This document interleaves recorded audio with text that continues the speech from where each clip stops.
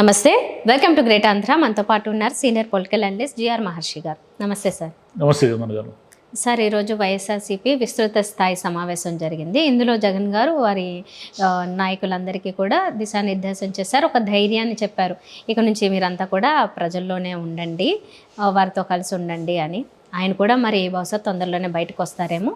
మరి ఇక్కడ నుంచి ఇంకా ఆ ఓటమి నుంచి బయటకు వచ్చి వారి కార్యకలాపాలు మొదలు పెడతారు అనుకోవచ్చా? జగన్ గారు ఈరోజు మాట్లాడిన అంశాలు మనం గమనిస్తే ఏమిటంటే దాంట్లో పాజిటివ్ అంశము ఉంది, ఒక నెగిటివ్ అంశం కూడా ఉంది.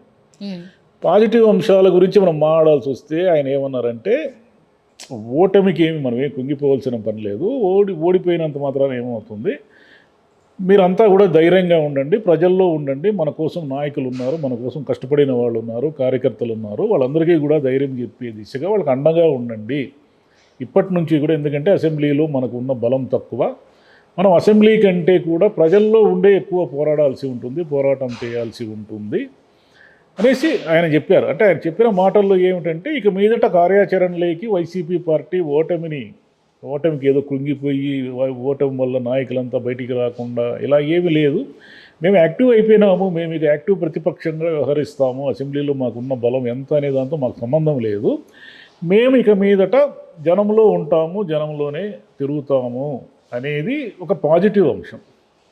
ఒక నెగిటివ్ అంశం కూడా ఉంది దీంట్లో.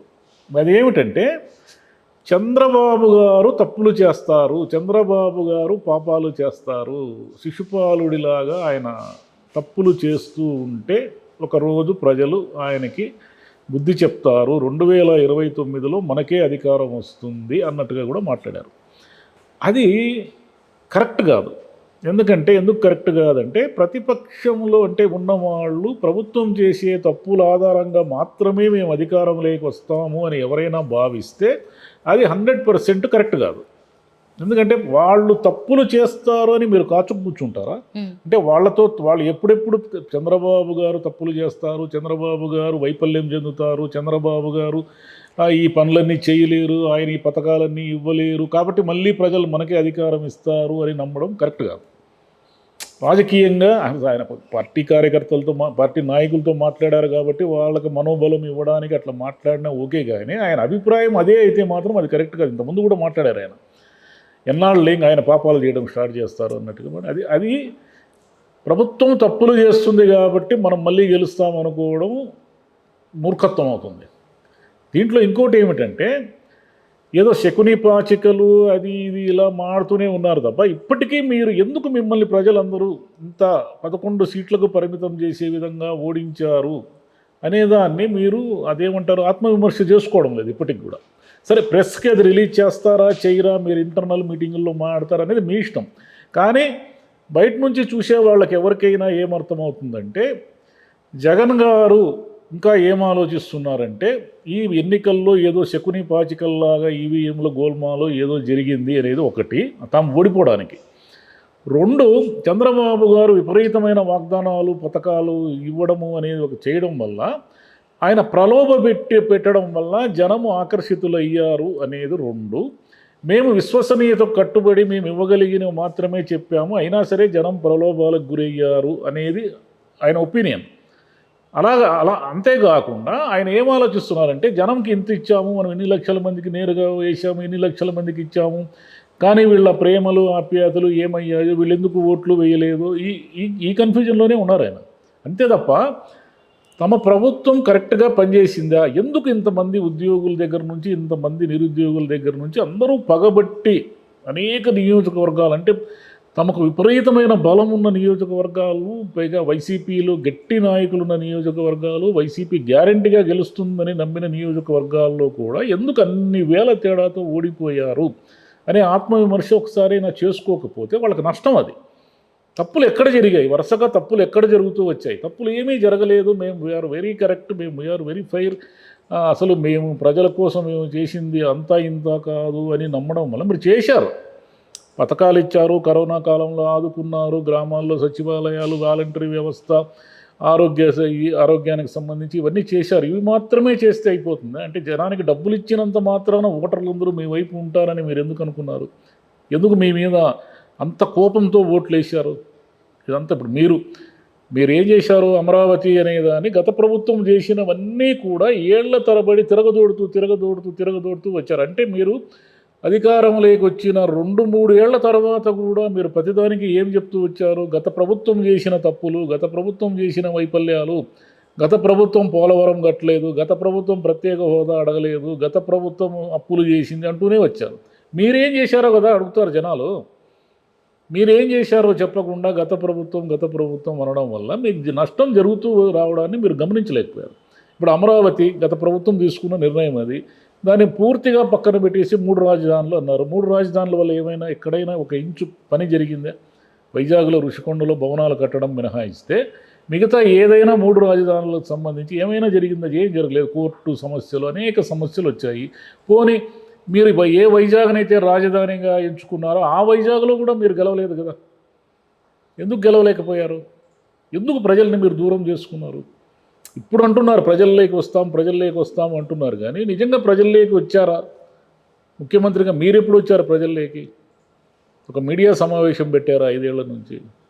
కాబట్టి ఇవన్నీ కూడా మనం చెప్పేది కాదు, అది వాళ్ళ పార్టీ వాళ్ళే మనం ఎందుకు ఓడిపోయాము అనేది ఆత్మవిమర్శ చేసుకోకుండా కేవలం జనం ప్రలోభాలకు లోబడి, జనం చంద్రబాబు ఇచ్చిన పథకాలకు ఆశపడి, కేవలం మనం ఇంకా ఎక్కువ వాగ్దానాలు చేసి ఉంటే గెలిచి ఉండేవాళ్ళమేమో, మన మేనిఫెస్టోలో మనం కూడా అలవిమాలిన వాగ్దానాలు చేసి ఉండాల్సిందేమో అనుకోవడం వల్ల ఏం ప్రయోజనం లేదు. అందరూ పథకాల లబ్ధిదారులే కాదు కదా, అనేక మంది పథకాలతో సంబంధం లేని వాళ్ళు ఉన్నారు కదా. మధ్యతరగతి వాళ్ళు కానీ, ఉద్యోగులు కానీ, నిరుద్యోగులు కానీ, మీకు అర్బన్లో ఉన్నటువంటి అనేక మంది వాళ్ళకి పథకాలతో సంబంధమే లేదు. మరి పథకాలతో సంబంధం లేని వాళ్ళ కోసం మీరు ఏం చేశారనేది ఆలోచించకుండా కేవలం పథకాల వాళ్ళు ఓట్లేదు, పథకాల వాళ్ళు ఓట్లేకపోవడం వల్ల మనం ఓడిపోయాము అనుకోవడం వల్ల ముందు దాని నుంచి బయటికి రావాలి. వైసీపీ వాళ్ళు జగన్ గారి దగ్గర నుంచి ఆ నాయకుల వరకు ప్రతి ఒక్కరూ వాళ్ళు బయటికి రావాల్సింది ఏమిటంటే, చంద్రబాబు గారు తప్పులు చేస్తారు, చంద్రబాబు గారు వైఫల్యం చెందుతారు కాబట్టి మళ్ళీ జనం మనకే పట్టం కడతారు 2029లో అని గనక నమ్మితే వాళ్ళు పొరపాటు చేసినట్టే. చంద్రబాబు గారు తప్పు చేసేది, మీరే తప్పులు చేస్తున్నారు. మీరు జనానికి ఎందుకు దూరం అయ్యారో ఒకసారైనా ఆలోచించుకోండి. ఒక్కసారి కూడా ఆలోచించుకోకుండా మద్యము కానీ, ఇసుక కానీ, అనేక చోట్ల శాసనసభ్యుల అంటే ఎమ్మెల్యేలు అవినీతి కానీ, ఇవన్నీ కూడా అనేక విషయాలు.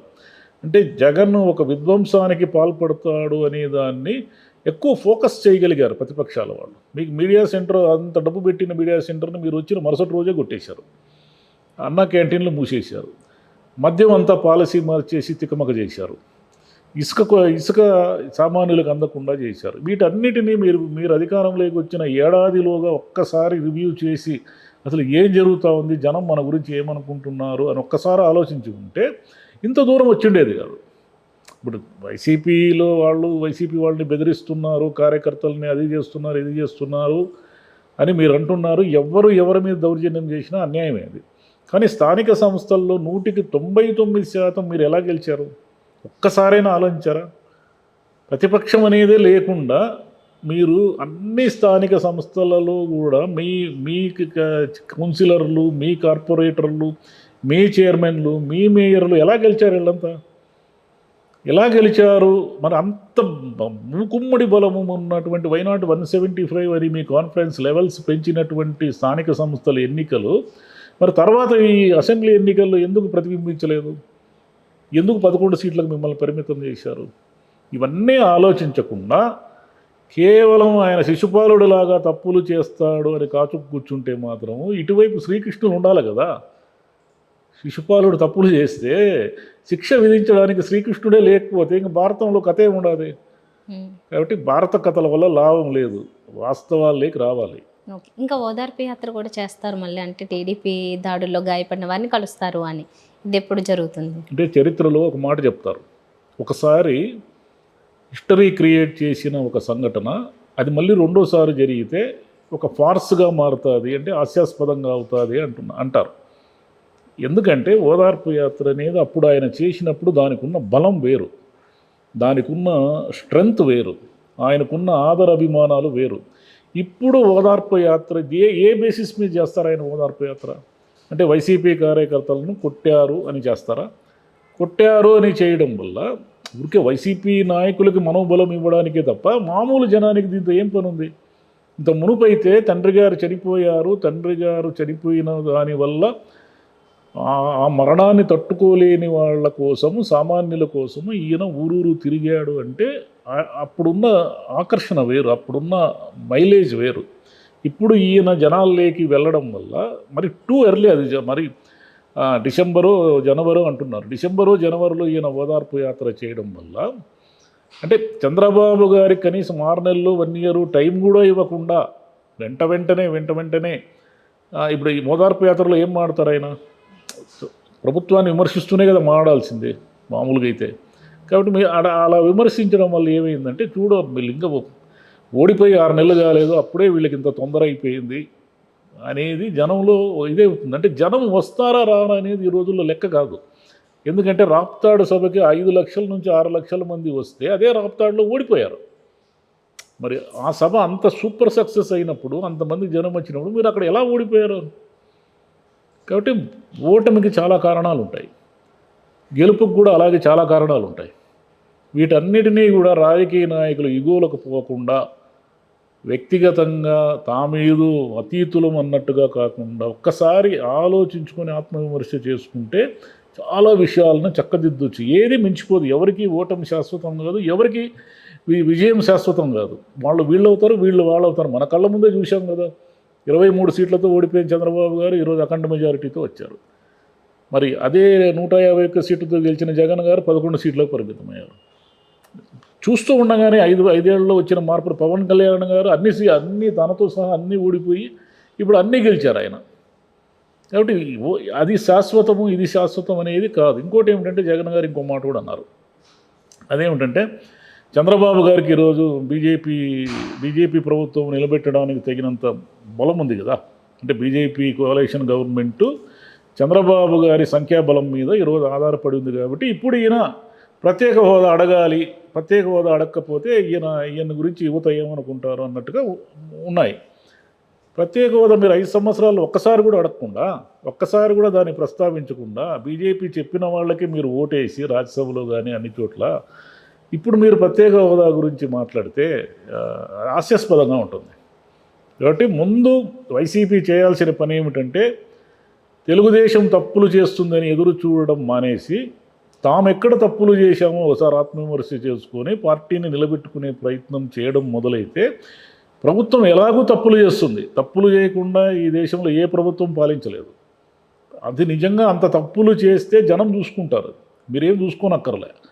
జనం ఎప్పుడు అలర్ట్గా ఉంటారు, ఎవరి సంగతి ఎప్పుడు చూడాలో వాళ్ళు తేల్చుకుంటారు.